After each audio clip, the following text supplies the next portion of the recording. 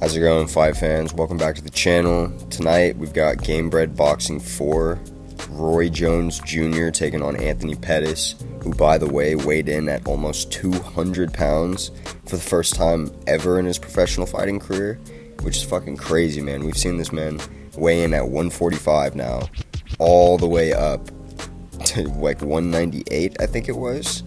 We've also got Vitor Belfort taking on Jacare and Aldo versus Stevens, but let's just get right into the main event. First, Anthony Pettis taking on Roy Jones Jr.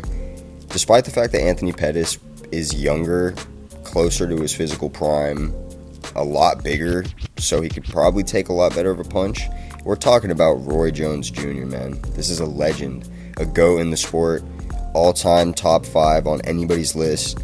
And it doesn't really matter that he's 57 or however old he is. I still think that he's probably going to smoke Anthony Pettis.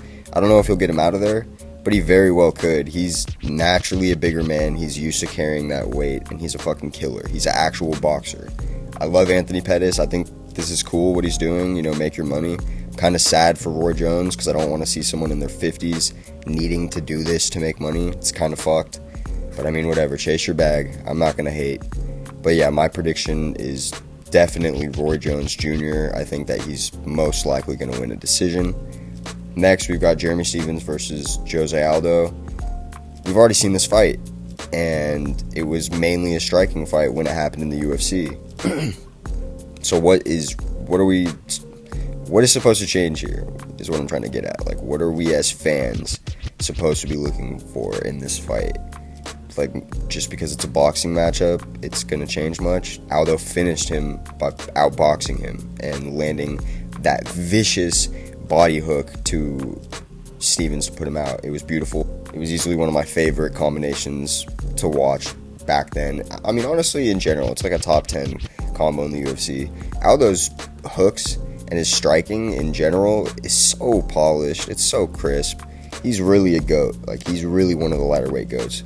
So I think it's pretty obvious who I'm going with. I'm picking Aldo. I think that he could probably finish Stephens pretty early on. Aldo is a beast, man. Don't sleep on him. And then we got Jacare taking on Vitor.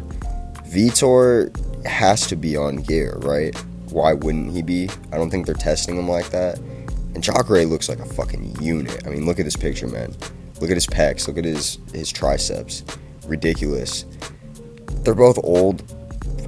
I don't actually even know who's older. I would assume it's Jacare, but fuck, Vitor looks like that TRT aged him a lot, especially in the face, around the eyes. I guess I'll just go with Jacare. I don't know, I'm just feeling it for some reason. But if I'm wrong, I guess we're going to find out in a couple hours here. It's on at 6 p.m. PST, 9 p.m. Eastern time. So it's going to be here in a couple hours. I'm actually kind of hyped for these last 3 fights, but the rest of the card is kind of mid. I don't really care about it at all, to be honest. And I haven't seen it promoted at all until this last week. Like, I'm sure most of you guys probably saw it from the UFC's page, as I did. Weird. But if you guys fuck with the content, give me a sub. Obviously, I cover all things MMA, all things combat sports. I'm going to bring it to you right away. I got y'all.